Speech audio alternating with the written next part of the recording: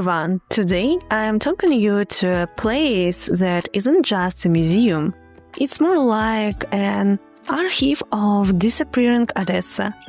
An Odesa we may never see again unless someone preserves it here in photographs, drawings, artifacts, and even in tiny glass jars that have been collected since 2005. When you first hear the word epigraphy, it might sound like something academic or complicated. But in reality, it's much simpler and much more fascinating. Epigraphy is a study of inscriptions.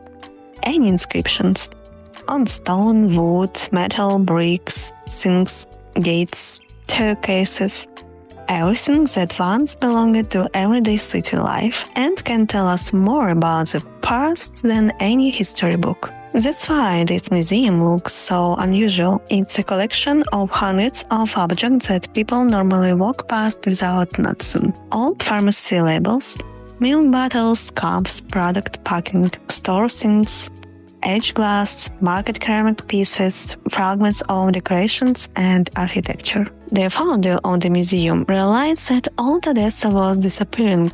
Buildings were being restored incorrectly, facades were being replaced, details were fascinating, and if no one's collected at least a small part of this material history, tomorrow there would be nothing left to save. That's how the idea of creating a physical archive of the city was born. But one of the most fascinating parts of this museum is the collection of tiny glass jars. Inside them are fragments of old buildings, plaster, bricks, wood, metal, all collected since 2005, piece by piece. So future generation can see the real materials that old Odesa was built from. Together, they form a unique database of historic Odesa, not digital but tangible. And what's the purpose of all this? Architects use these samples to understand how old buildings were organically made. Restorers rely on them to create the correct colors and materials. Historians study how styles and technologies change over time, and ordinary people get to see how unique Odesa once was, even in its smallest details. These jars aren't trash and not a collector's whim. There's a way to save what's disappearing, a way to hold on to the version of Odesa that no one will bring back unless someone preserves it today. Each tiny fragment is a piece of much bigger story, a story of a city that keeps changing but still can be saved if we try. The founder of this museum is a person with an incredible amount of love and respect for this city.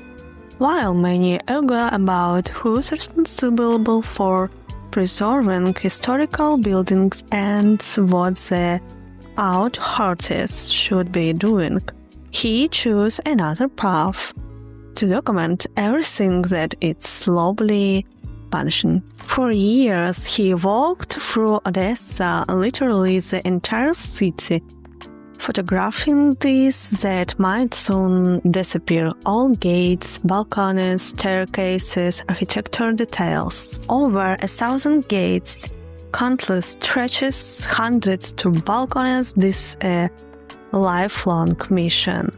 Each photographed object has an address, so that one day it's something decided to restore the real look of Odesa from the late 19th and early 20th century, each photographed object has an address. So that one day, if someone decided to restore the real look of Odesa from the late 19th and early 20th century, they can simply open a book, find the buildings, and see exactly how it used to look. Honestly, I was amazed because here in this small museum of epigraphy, one man is doing the work of an entire institution.